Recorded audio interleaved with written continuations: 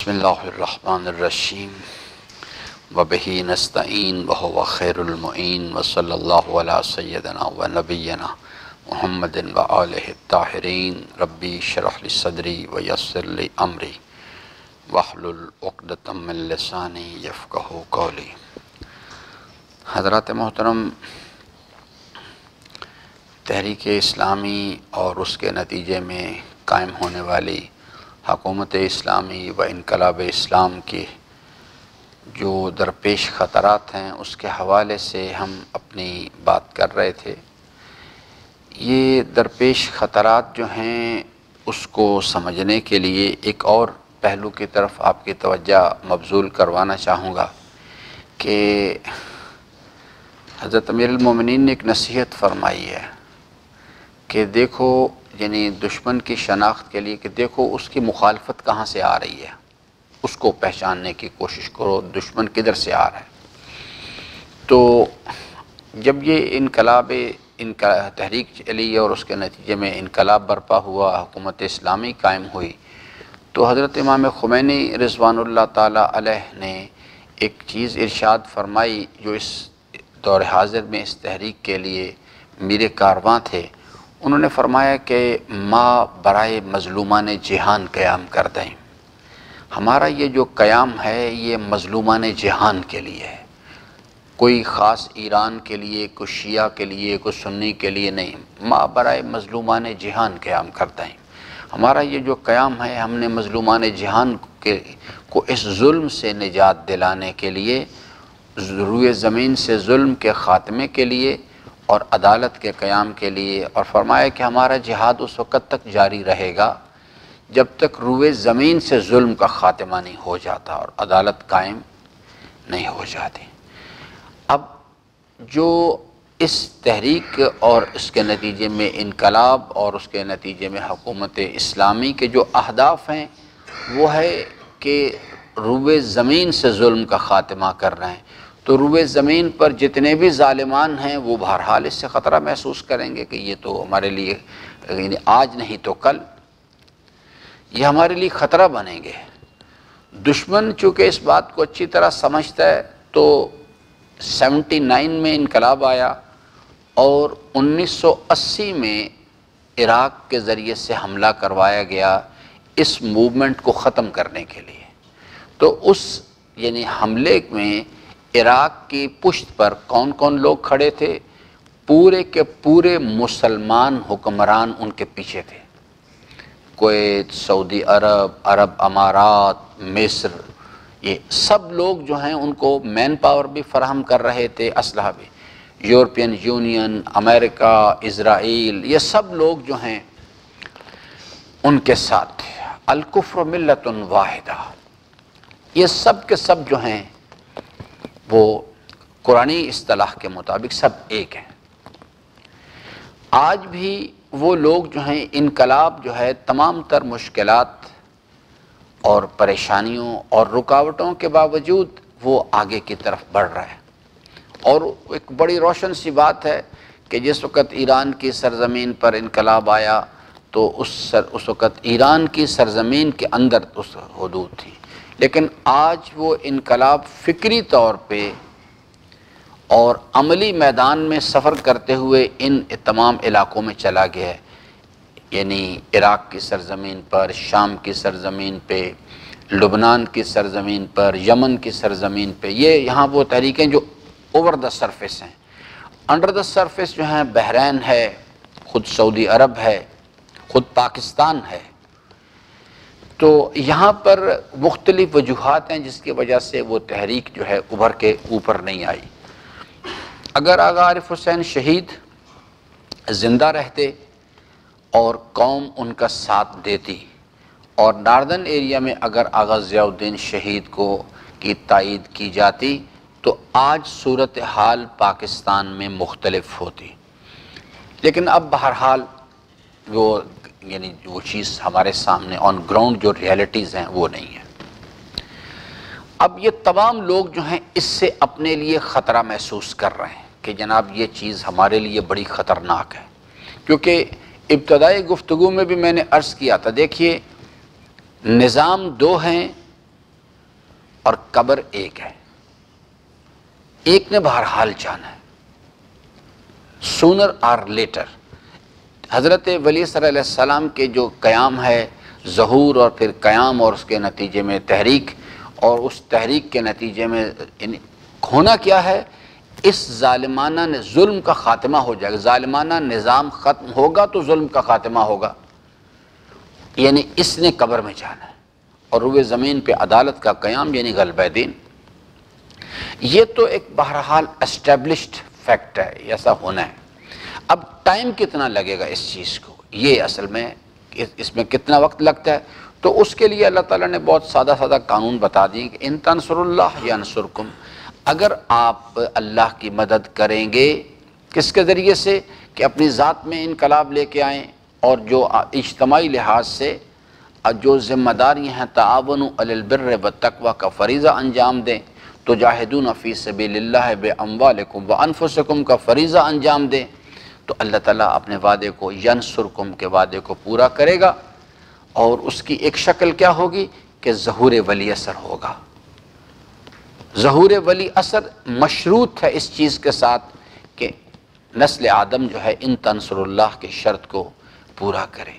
ینصرکم کے جو عملی مصادیق ان میں سے ایک ظہور ولی اثر ہے، اور اس کے نتیجے میں ظلم کا خاتمہ اور پھر عدالت کا قیام ہے اس چیز کے لیے۔ اب یہ تحریک جو ہے تمام تر دشمن کی خواہش کے باوجود، اب اس میں جو چیز عرض کرنا چاہتا ہوں، اس میں نہ کوئی رنگ کا مسئلہ ہے، نہ کوئی نسل کا مسئلہ ہے، نہ کوئی علاقے کا مسئلہ ہے، کوئی نہیں اس میں۔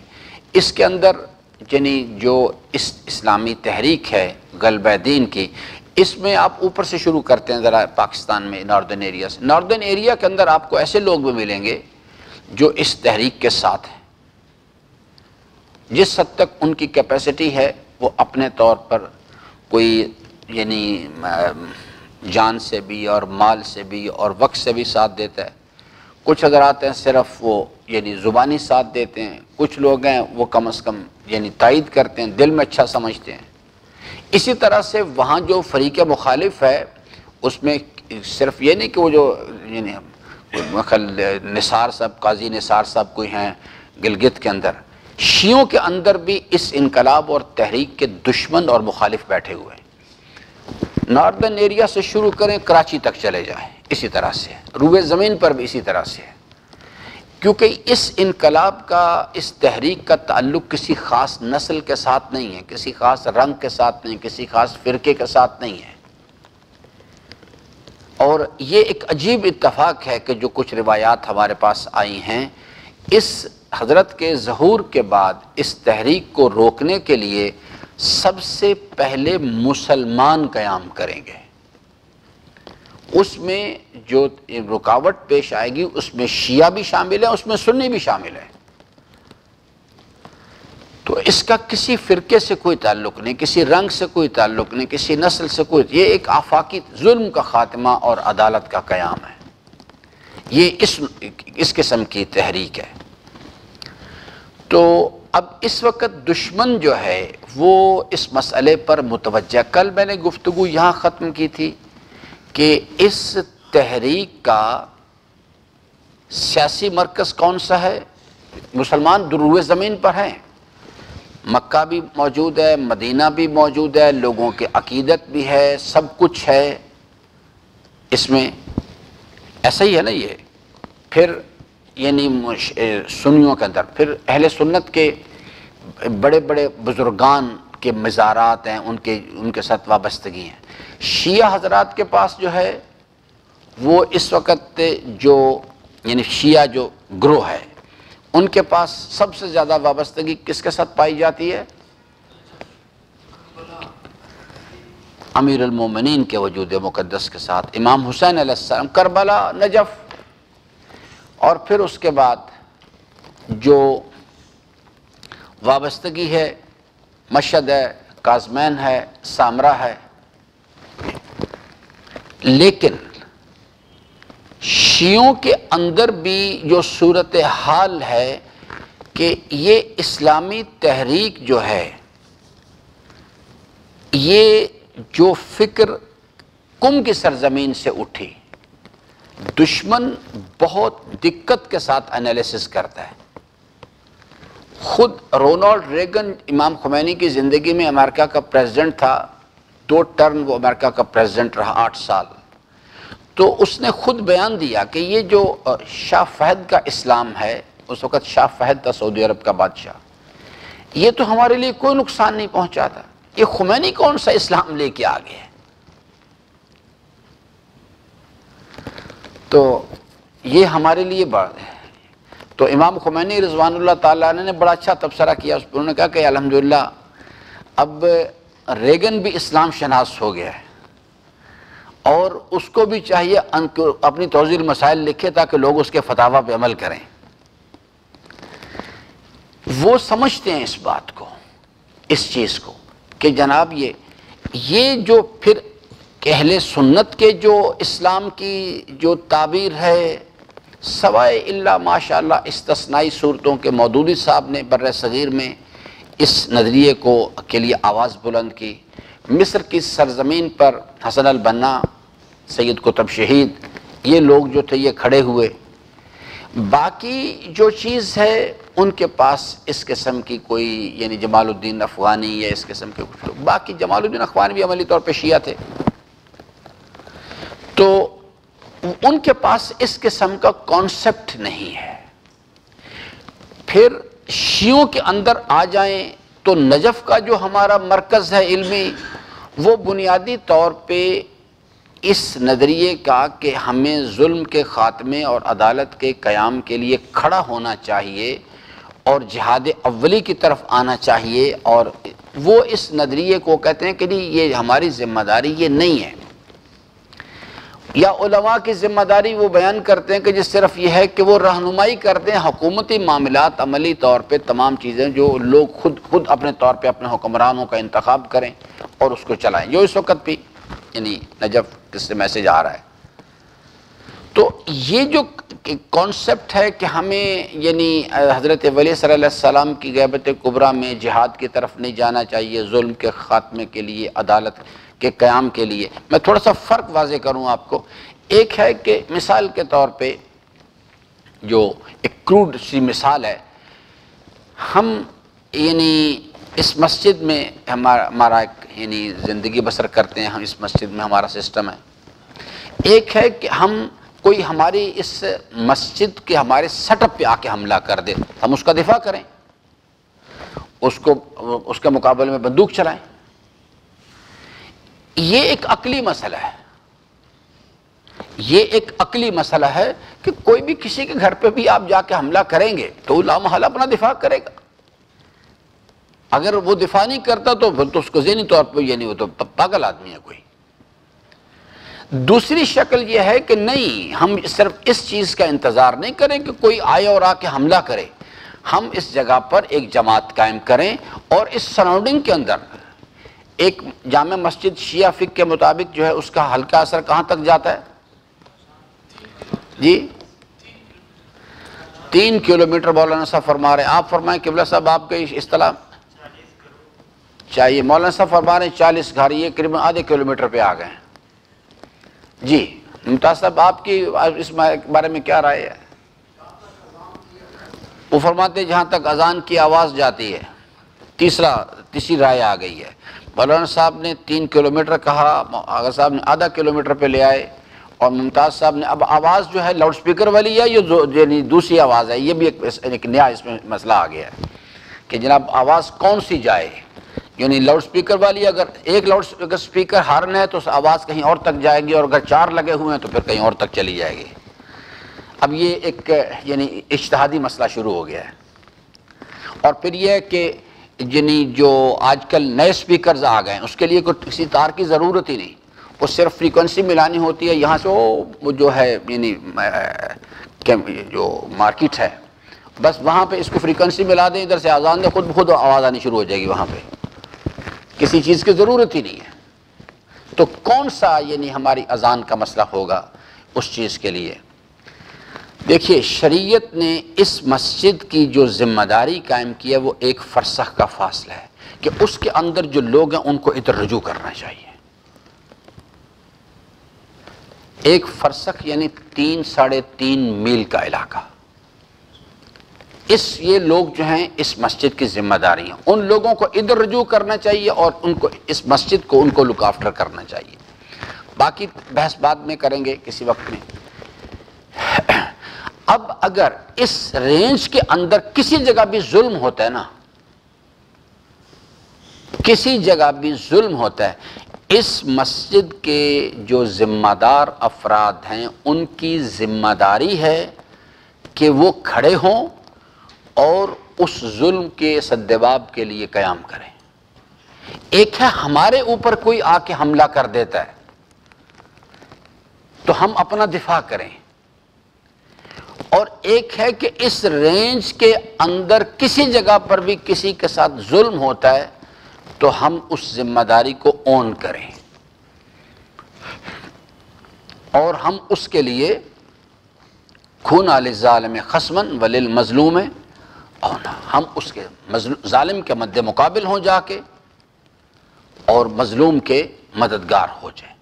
اور اگر اللہ تعالیٰ وسعت امکان دے، جیسے قانون ہے لا یکلف اللہ نفسا الا وسعها، جتنی وسعت امکان بڑھتی چلی جائے گی اس کے مطابق ذمہ داری بڑھتی چلی جائے گی۔ ہو سکتا ہے کہ ایک آدمی جو ہے اس کی ذمہ داری جو ہے پورا پاکستان ہو جائے۔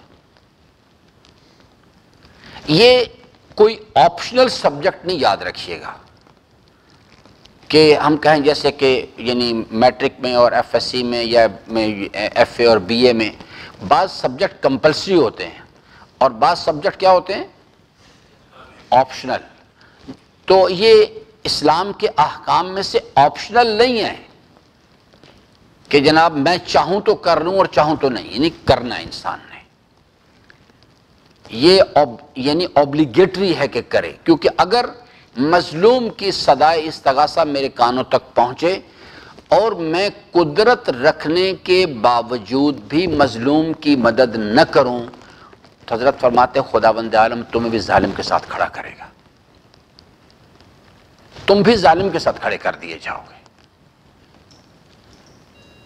ہمیں چونکہ کسی نے باتیں سمجھائی ہی نہیں، سکھائی ہی نہیں بالکل بھی، ہم نمازوں پہ زور دے رہے ہیں مسلسل، یعنی اور ہم اس چیز کو سمجھ ہی نہیں رہے کہ اب اللہ تعالیٰ سے میں کیا بات کر رہا ہوں، مغضوب اور زال کون لوگ ہیں، مورگا میں مغضوب کون ہے، مورگا میں زال کون ہے، میں نے کیا کرنا ہے ان کے ساتھ، کیونکہ اللہ تعالیٰ نے تو بسرات سارے احکامات کو کھول کے سمجھایا ہے۔ نجف کا نظریہ یہ ہے اس چیز کے لیے کہ اگر کوئی شخص آپ پہ حملہ کر دے تو آپ اس کا دفاع کریں، اپنا دفاع کریں، لیکن کیا اگر مثال کے طور پہ یعنی جس طرح سے ہونڈراس میں امام خمینی کی زندگی میں ہونڈراس پہ ہونڈراس ایک لیٹن امریکہ کا ایک چھوٹا سا ملک ہے، امریکنز نے اس پہ حملہ کر دیا تو امام خمینی رضوان اللہ تعالی علیہ نے اپنے وزیر اعظم میر حسین موسوی کو بھیجا وہاں پہ اور کہا کہ جا کے وہاں کے رہنے والے لوگوں سے کہو کہ ہم آپ کے ساتھ ہیں، ہم آپ کا ساتھ دیں گے اس ظلم کے خلاف۔ ابھی رہبر معظم نے جو فلسطین کے بارے میں بیان، انہوں نے کہا کہ نہیں ہم فلسطین کے کاز کے لیے ان کا ساتھ دیں گے ولو کوئی بھی قیمت کیوں نہ ادا کرنی پڑے۔ یہ امام خمینی کا نظریہ، یہ امام خمینی کی تشریح ہے اسلام کی، یہ رہبر معظم کی تشریح ہے۔ یہ دو نظریات ہیں، ایک نظریہ یہ ہے کہ اگر ہم پہ کوئی حملہ کرے گا تو ہم اپنا دفاع کریں گے، ایک نظریہ یہ کہ نہیں اپنا دفاع تو ہم نے کرنے کا، وہ تو عقلی مسئلہ ہے، لیکن اگر کسی پر بھی جہاں وہاں تک ہماری وسعت امکان ہے، اگر کوئی شخص کسی پہ حملہ کرے گا، کوئی ظالم کسی پہ ظلم کرے گا اور ظالم کی مظلوم کی صدائے استغاثہ ہمارے کان تک آئے گی، ہم اس کا ساتھ دیں گے، ہمارے لیے لازم ہے کہ اس کا ساتھ دیں، ورنہ ہم اپنا اسلام نہیں بچا سکیں گے، نہ اپنا ایمان بچا سکیں گے، نہ اپنا اسلام بچا سکیں گے۔ یہ دو بنیادی یعنی اب دشمن اس بات کو سمجھ گیا ہوا ہے، وہ کہتے ہیں کہ یہ والا جو نظریہ نجف کا ہے یہ پریشانی والی بات نہیں ہے، یہ کوئی سی پریشانی والی بات نہیں، کیونکہ وہ جو ظلم کا خاتمہ کرنے کے لیے اپنے گھر سے نکل کے میرے گھر پر تو حملہ نہیں کیا۔ اب جیسے فلسطین کا مسئلہ ہے، فلسطین کا مسئلہ اگر اس تشریح کی روشنی میں دیکھا جائے تو ایران کا مسئلہ نہیں ہے یہ. قرآن کہتا ہے ایران اور فلسطین کوئی چیز نہیں ہوتے. یہاں پر قرآن کریم پہلے اپنی دو گروہ بناتا ہے، ایک حزب اللہ گروہ ہے، ایک حزب الشیطان ہے. اس میں کوئی بھی رنگ، نسل، زبان، علاقہ اس میں میٹر نہیں کرتا. اور جو حزب اللہ گروہ ہے ان کی ذمہ داری ہے، چاہے وہ آسٹریلیا کے ہوں، لیٹن امریکہ کے ہوں، افریقہ کے ہوں، ایشیا کے ہوں، یہ کہیں بھی رہتے ہوں، کسی رنگ، نسل، زبان، علاقے سے تعلق رکھتے ہوں، وہ ایک حزب ہوتا ہے.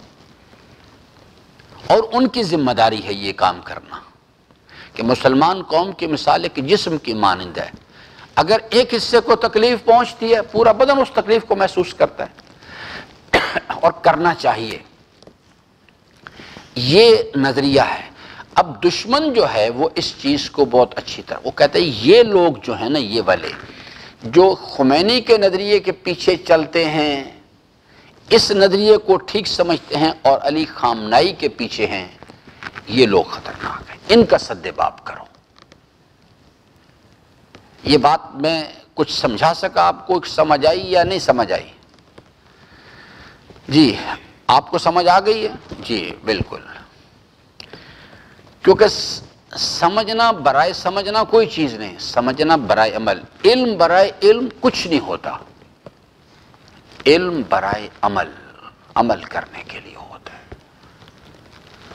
تو دشمن اب چاہتا ہے کہ یہ جو سسٹم ہے اس کو سیبوٹاج کرے کسی طرح سے، کیونکہ باقی وہ کہتے ہیں ہمیں کوئی پریشانی نہیں ہے. جیسے کہ میں نے آپ کو مثال دی تھی نا کہ یعنی ایک جب فرانس نے شام کی سرزمین پہ قبضہ کر لیا تو ایک فرانسیسی فوج کا کرنل جو ہے وہ دمشق میں اپنی جیپ پہ سے گزر رہا تھا، ایک روڈ کے کنارے پہ مسجد تھی، وہاں سے اذان کی آواز آئی. تو اس نے جو اذان کی آواز سنی اسے پتہ نہیں تھا کہ یہ کیا چیز ہے، تو اس کو خوف محسوس ہوا کہ شاید یہ کوئی ہمارے خلاف کو موومنٹ کرنے لگے ہیں. تو اس نے اپنی گاڑی کو، جیپ کو رکوایا اور اس نے جو حضرات اس کے ساتھ تھے ان سے پوچھا کہ بھئی یہ لوگ کیا کر رہے ہیں، یہ کیا چیز ہے، یہ آواز کس چیز کی آ رہی ہے؟ تو انہوں نے بتایا کہ جناب یہ مسلمان لوگ ہیں، یہ نماز پڑھتے ہیں اور اس قسم کا سلسلہ ہے اور یہ پہلے اذان ہوتی ہے. اور بہرحال اس کو صحیح طور پہ بات سمجھ میں نہیں آئی. اس نے کہا جب اسے پتہ لگ گیدرنگ ہونے والی ہے، لوگ اکٹھے ہوں گے، تو اس نے جب اسے بات کنفیوز ہو گیا وہ، تو اس نے کہا ایک بات مجھے بتاؤ کہ یہ جو گیدرنگ کریں گے اس سے ہمارے اقتدار کے لیے، ہمارا جو یہاں پہ حکومت، اس کے لیے تو کوئی خطرہ نہیں؟ تو وہ جو آدمی سمجھانے والا وہ سمجھدار آدمی، وہ کہ نہیں ایسی کوئی چیز نہیں ہے، بس یہ آئیں گے، عادت پوری کرنی ہے اپنی، نماز پڑھیں گے چلے جائیں گے. اس نے کہا پھر کوئی پریشانی کی بات نہیں، جیسے ہم عادت پوری کرتے ہیں اپنی آگے، ہماری عزاداری بھی ایک عادت ہے. اگر اس عزاداری کے اندر حسینی روح ڈال دی جائے، میں آپ کو پوری ذمہ داری سے کہتا ہوں یہ پاکستان کے حکمران طبقات جو ہیں ہر مجلس پر پابندی لگا دیں گے، ہر جلوس پر پابندی لگا دیں گے. مودودی صاحب کہا کرتے تھے اگر مؤذن کو خبر ہو جائے کہ وہ اذان میں کیا کہتا ہے، اللہ اکبر کا مطلب کیا ہے؟ اللہ اکبر کا مطلب ہے زرداری مرد آباد، ڈونلڈ ٹرمپ مرد آباد، سیکولر نظام مرد آباد. اگر اس کو خبر ہو جائے کہ وہ کیا کہتا ہے تو اکثر مؤذن اذان کہنا چھوڑ دیں اور ظالم حکمران اذان پر پابندی لگوا دیں. لیکن آپ دیکھیے وہ کہتے ہیں کوئی مسئلے کی کوئی بات ہی کوئی نہیں، ہم ابھی آپ کو اجازت دیتے ہیں، اس لیے کہ انہیں پتہ ہے اس کے اندر رہ گئی رسم اذان، روح بلالی نہ رہی. یہ بس ایک رسم ہے، ایک عادت ہے جو یہ پوری کرتے ہیں، اس کے علاوہ اس کے اندر کچھ بھی نہیں. میں نے آپ سے عرض کیا تھا نا، وہ اسلام جس سے ہم اسلام کہتے ہیں، جس میں ولایت نہیں، وہ ایک جسد ہے، ایک باڈی ہے جس میں روح نہیں ہے. وہ عزاداری امام حسین علیہ السلام جس میں امر بالمعروف نہیں اور نہی عن المنکر نہیں، وہ ایک بے روح جسد ہے، کچھ بھی نہیں ہے اس کے اندر. وہ ایک دل کے بہلانے کی باتیں، من تھوڑا حاجی بیگم تھو مرا حاجی بیگم، میں آپ کو کہتا ہوں آپ ماشاءاللہ یعنی زوار ہیں جناب، آپ مجھے کہتے ہیں آپ حجت الاسلام ہیں، ایک دوسرے کو دل کو بہلاتے کچھ کرتے رہنے ایک دوسرے کو، حالانکہ سب کو پتہ ہے کہ اندر کچھ نہیں ہے، یہ بالکل ایسے خالی ڈبے ہیں، ان میں کچھ بھی نہیں۔ اگر اس میں کوئی چیز حقیقت ہوتی تو یہ نماز ہماری جو ہے اس پہ ہم کبھی سوچتے کہ بھئی اللہ تعالیٰ نے تو حکم اس لیے دیا تھا یہ کہ ان الصلاۃ تنہا عن الفحشاء۔ کتنے لوگ ہیں جن کو یہ پتہ کہ فحشاء و منکرات ہوتے کیا ہیں؟ تنہا تو بعد کی باتیں ہیں نا، کتنے لوگ ہیں جن کو پتہ ہے کہ نماز کا حکم اس فائدہ پہنچانے کے لیے دیا گیا ہے تاکہ انسان کی زندگی سے، ظاہر سے، باطن سے، انفرادی اجتماعی حیثیت میں فحشاء و منکرات کو نکال دیا جائے۔ کتنے لوگ ہیں جن کو پتہ ہی صرف ہے، ابھی کم از کم پتہ ہو کہ فحشاء و منکرات کیا ہوتے ہیں، پتہ ہی نہیں لوگوں کو، اس لیے کہ یہ ایک عادت ہے صرف، اور کچھ بھی نہیں اس کے اندر۔ ورنہ انسان کبھی تو سوچتا ہے کہ بھئی میں نے سارا دن میں نے 17 رکعت کی مزدوری کی ہے، اس کی ریوارڈ کہاں آ گیا جی، کہاں چلا گیا؟ لیکن چونکہ ایک عادت ہے، بس میں بھی مطمئن ہوں، آپ بھی مطمئن ہیں۔ تو دشمن بہت دقیق ہے، اس بات کو سمجھا ہے۔ انہوں نے کہا کہ ان کا بندوبست کرو۔ اب انہوں نے اس کا بندوبست کرنے کے لیے ہر طرف سے حملہ کیا ہوا ہے۔ ہمارا موضوع ہے صرف رہبر کے بعد کیا کرنا چاہتے ہیں وہ، رہبر کے بعد کی اسلامی تحریک۔ وہ اندر سے بھی دو چیزیں ہیں اس کے پاور پوائنٹ۔ اس تحریک کا سیاسی مرکز کون سا ہے؟ نجف اس کا سیاسی مرکز نہیں ہے، نہ کربلا اس کا سیاسی مرکز ہے، نہ مشہد اس کا سیاسی مرکز کیا ہے؟ تہران۔ آپ دیکھیے وہ لوگ کتنے اس بات کو دقت کے ساتھ سٹڈی کرتے ہیں۔ ایک سابقہ امریکن پریزیڈنٹ نے خط لکھا مسٹر بریزنوف کو اور شاید جیرالڈ فولڈ اس وقت امریکہ اس کو، اور کہا کہ میں آپ کو مشورہ دیتا ہوں کہ آپ اس ملیٹنٹ اسلام کے بارے میں غور و فکر کریں، اس کو ختم کرنے کے لیے پلاننگ کریں جو تہران سے اٹھا ہے۔ اس نے باقاعدہ نام لے کے کہا یہ جو تحریک تہران سے اٹھی ہے اس کا بندوبست کرو۔ اس تحریک کا جو سیاسی مرکز ہے وہ کہاں ہے؟ تہران، اور علمی و فکری مرکز جو ہے قم میں ہے۔ وہ ان دونوں کو سیبوٹاج کرنا چاہتے ہیں۔ وہ چاہتے ہیں کہ اس کو، یعنی اس کی جو مرکزیت ہے اس کو ختم کر دیا جائے۔ اقتصادی طور پر پابندیاں عائد کی ہوئی ہیں، جنگی طور پر انہوں نے وہ یعنی اپنی تیاری کی ہوئی ہے، کر رہے ہیں۔ وہ تو اللہ تبارک و تعالی رہبر معظم کو جزائے خیر دے، ان کو اس 30 سال کے عرصے میں انہوں نے اتنی تیاری کروائی کہ آج دشمن جو ہے یہ آپ لوگوں کو تو چونکہ آپ اس فیلڈ کو نہیں سمجھتے، ایرانینز نے پاکستان جیسا اٹامک انرجی رکھنے والا، نیوکلیر ویپن رکھنے والا ملک سوچ نہیں سکتا کہ وہ امریکن ڈرون گرائے گا۔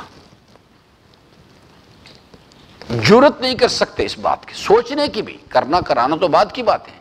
انہوں نے جناب مارا اڑا کے رکھ دیا ان کے ڈرون کو۔ مسلسل میں سٹڈی کر رہا ہوں بین الاقوامی پریس کو، آج 3 آرٹیکل آئے ہوئے اس مسئلے پہ کہ ایرانینز نے ایسی شٹ اپ کال دی ہے امریکہ کو، تو اس کے کیا کیا رد عمل میں کیا کیا امریکہ کو کرنا چاہیے۔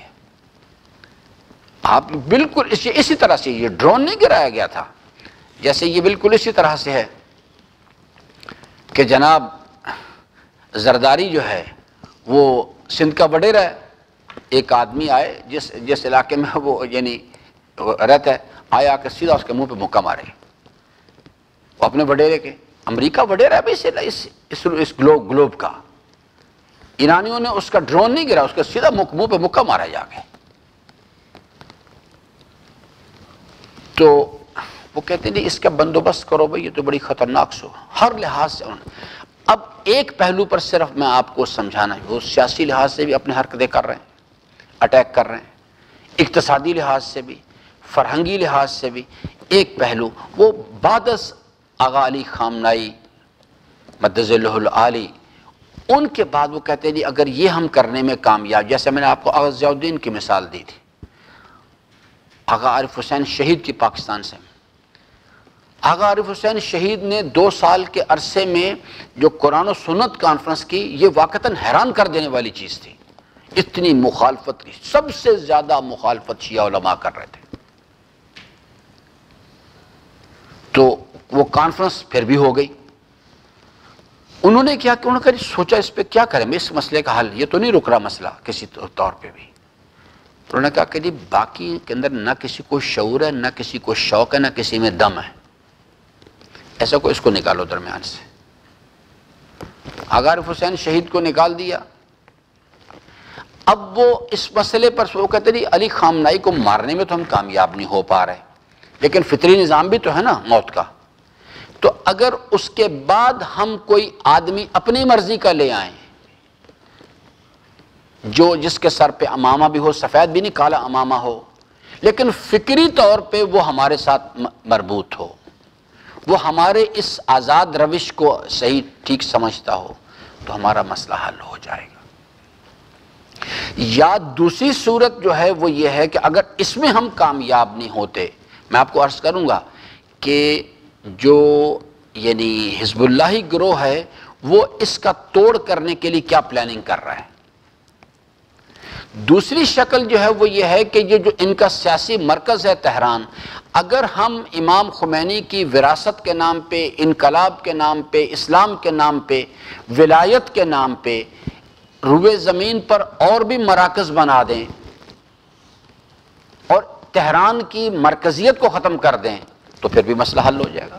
دیکھیں نا پاکستان کے اندر آغا عارف حسین شہید کی شہادت کے بعد محترم ساجد علی نقوی صاحب تشریف لائے، تو ایک کام تو انہوں نے کر لیا، ایک کام تو ہو گیا، کر لیا یا ہو گیا کسی طرح سے بھی، لیکن ایک مرکز موجود تھا اور اس کا امکان تھا کہ چلو آج اگر ساجد علی نقوی صاحب وہ یعنی کارواں کو آگے نہیں بڑھا رہے تو کم از کم مرکز کا کانسیپٹ لوگوں کے پاس تھا کہ جناب، انہوں نے کہا یہ بھی خطرے والی بات ہے، آج کل آغا ساجد علی نقوی صاحب نہیں رہتے، کوئی اور آدمی آ جائے جو اسی فکر کا حامل ہو تو پھر ہمارے لیے خطرہ ہے۔ انہوں نے کہا ان کے مرکز کو بھی توڑو، اور آپ دیکھ لیجئے انہوں نے 3-4 مرکز آپ کے بنا دیے ہیں، ایسا ہے کہ نہیں ہے؟ اب اس کا نتیجہ یہ ہے کہ اب وہ مرکز جو ہے، پہلے ایک مرکز تھا، چاہے گلگت تھا، بلتستان تھا، کراچی تھا، بلوچستان تھا، لوگ ایک مرکز کی طرف دیکھتے، اب 4 مرکز بن گئے، اب ایک دوسرے کی ٹانگیں یعنی ایک دوسرے کی جڑیں کاٹنے میں لگے ہوئے، جس کا نتیجہ یہ ہے کہ اب اگر کوئی آدمی آ بھی جائے تو چونکہ مرکز اس کے پاس نہیں، مرکز توڑ دیا گیا ہے، 4 مرکز بن گئے، خود وہ ایک دوسرے کی جڑیں کاٹ رہے ہیں۔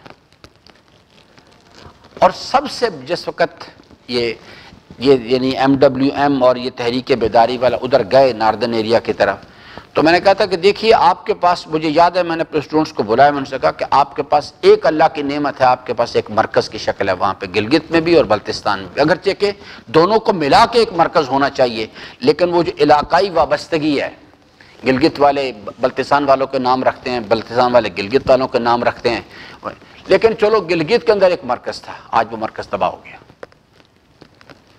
آج اس مرکز کی آواز جو ہے اس پر کوئی لبیک کہنے کے لیے تیار نہیں ہے۔ وہ اگر یعنی جہاں گراف آغا ضیاء الدین شہید چھوڑ کر گئے تھے، اگر وہ 100 تھا تو آج کوئی 20% رہ گئے، 20% بھی میں حسن ظن کی بول، اور آپ وہ دیکھ لیجئے بلتستان میں جو کچھ ہوا ہے۔ تو 2 علیحدہ علیحدہ چیزیں ہیں، اگر تہران کی مرکزیت کو ڈیمیج کر دیا جائے اس اسلامی تحریک کے حوالے سے، اور یہ کام کس بنیاد پر کیا جائے گا؟ 2 بنیادی، انقلاب بھی رہے، امام خمینی کا نام بھی رہے، انقلاب کا نام بھی رہے، ولایت کا نام بھی رہے، سب کچھ رہے، لیکن مرکز توڑو کسی طرح سے۔ جو میں نے آپ کو آغا جوادی عملی کا کی رائے بتائی تھی کہ وہ کہتے ہیں کہ جی ضروری نہیں کہ روئے زمین پر ایک ہی ولی امر ہو، مختلف علاقوں کے لوگ اپنے ولی امر بنا سکتے ہیں، یہ فتویٰ استعمال ہوگا۔ اور دوسری چیز جو ہے وہ یہ ہے کہ ہم نے یعنی ایران کے ولی امر کے لیے تو ہم نے تو کوئی ووٹ نہیں دیا ہوا، جو ان کی مجلس خبرگان نے بنایا بس ٹھیک ہے ان کے لیے، جو وہ نہیں سمجھتے اس بات کو۔ یہی بات جو ہے ابو سفیان نے آ کے امیر المومنین سے کہی تھی۔ مرکز میں کون بیٹھا ہوا تھا اس وقت؟ اس وقت کون تھا؟ حضرت ابو بکر وہاں تھے۔ امیر المومنین سے کہا گیا کہ آئیے، اور اس نے کس چیز کی دعوت دی تھی کہ میں مدینہ کی گلیوں کو سواروں سے بھر دوں گا، یعنی ہم مل کے ان پہ حملہ کر دیتے ہیں۔ نقصان کیا ہونا تھا؟ مرکز تباہ ہوتا۔ امام نے کہا کہ نہیں نہیں نہیں نہیں نہیں فرمایا تم اسلام کے ہمدرد کب سے ہوئے ہو؟ یعنی دشمن فریب دیتا ہے مفاد اسلام کے نام پہ۔ امام نے کہا کہ نہیں۔ امام نے دو چیزوں کا تقابلی جائزہ کر کے، یعنی ایک تو یہ تھا کہ ابو سفیان کی دعوت قبول کریں اور اس پر حملہ کر دیں اور ان کو اٹھا کے باہر پھینک دیں، اس پہ جو یعنی خلافت کی کرسی اس پہ قبضہ کر لیں۔ لیکن نقصان کیا پہنچتا؟ کیوں جناب رضوی صاحب کیا نقصان پہنچتا؟ اسلام کو یہ نقصان پہنچتا کہ امیر المومنین کے اس طرز عمل سے یہ بات ہمیشہ کے لیے اصول بن جاتی کہ جس شخص کے پاس بھی طاقت ہو وہ آئے، طاقت کے بلبوتے پہ آ کے قبضہ کرے، اور وہی شخص مسلمانوں کا امیر ہے۔ امام نے کہا کہ یہ نہیں ہو سکتا، یہ نہیں ہوگا۔ امام نے دو چیزوں کو، ایک یہ ہے کہ وہ حضرت ابوبکر اس سیٹ پر بیٹھے رہیں، اور ایک یہ ہے کہ اس دعوت کو قبول کریں۔ امام نے اس دعوت کو قبول کر کے اس کرسی پہ قبضہ کرنے کو اسلام کے مفاد کے لیے زیادہ بڑا نقصان سمجھا بمقابلہ اس کے کہ وہ انہوں نے کہا کوئی بات نہیں، اسے بیٹھا رہنے دو۔ یہ بڑی باریک بات ہے جو عام آدمی کو سمجھ نہیں آتی۔ ایک ہے مرکز، میں بار بار اس لیے سمجھا رہا ہوں، ایک ہے مرکز، دشمن نے ادھر سے حملہ کرنا ہی کرنا ہے۔ ایک ہے آپ کا اس تحریک کا مرکز جو لاکھوں شہداء نے اپنے خون کی قربانی دے کے اس کو اسٹیبلش کیا ہے، اور علمی مرکز ہے، علمی و فکری، اور ایک سیاسی مرکز ہے۔ دشمن دونوں کو سبوٹاج کرنا ہے۔ اگر وہ یہ بھی کوشش کرے گا کہ کسی طرح سے آغا علی خامنائی کے بعد اپنے آدمی لا کے بٹھا دیے جائیں، اگر اپنا آدمی لا کے بٹھا دیں گے تو پھر تو مسئلہ حل ہو جائے گا، پھر تو کسی چیز کی ضرورت ہی نہیں۔ اور اگر وہ اس میں کامیاب نہیں ہوتے تو پھر دوسرا حربہ یہ ہے کہ مختلف اور پاکستان اس کام کے لیے بڑی زرخیز سرزمین ہے، یاد رکھیے گا۔ یہاں پر باقاعدہ جو میں آپ سے بات کر رہا ہوں اس چیز کے لیے کام ہو رہا ہے۔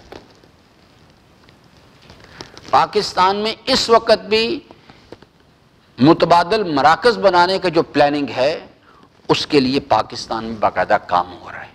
باقی باتیں انشاءاللہ اللہ تعالیٰ نے حیات دی، توفیق دی تو بعد میں انشاءاللہ کل یا پرسوں جب بھی موقع ملا انشاءاللہ اس پر بات کریں گے۔ اللہ تعالیٰ سے امیدوار ہوں کہ اللہ تبارک و تعالیٰ ہم سب کو اپنی رضا کی راہوں کو شناخت کرنے اور ان پر عمل پیرا ہونے کی توفیق عطا فرمائے۔